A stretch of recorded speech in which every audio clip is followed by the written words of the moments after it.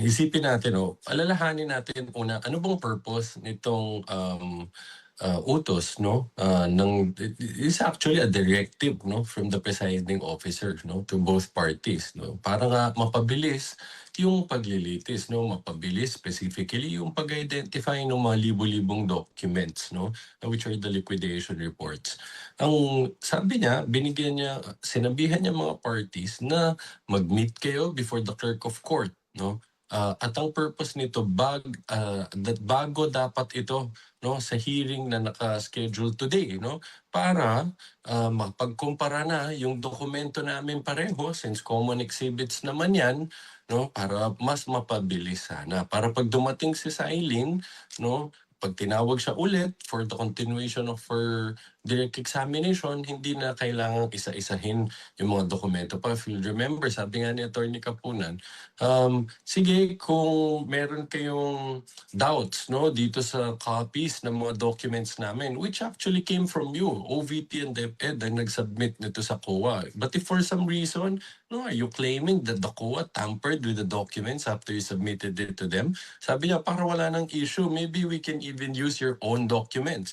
Siguro naman you want question the authenticity of your own documents, no? And they answered the affirmative. So in order to do their own documents, we need to first compare our documents with theirs, no? Pag nakita na namin walang problema, pareho dokumento, then kung hindi pa rin sila mag-stipulate na gamitin ang dokumento namin, gamitin namin dokumento nila. So now, which brings us to their answer, no? I'm glad that they admitted that. No, we've been trying to reach out to them para ma-schedule na nga to as directed by the presiding officer. Unfortunately, ang sagot sa amin, August 14. No? What purpose will that serve? Dahil today nga naka-schedule dapat yan. No?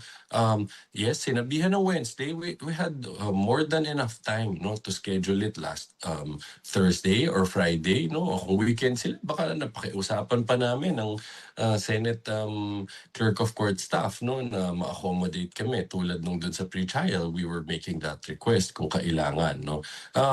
Yung answer na hindi sila sapat, well, sabi na nga niya 16, no, 16 lawyers, no, ang officially nag-enter ng appearance dito.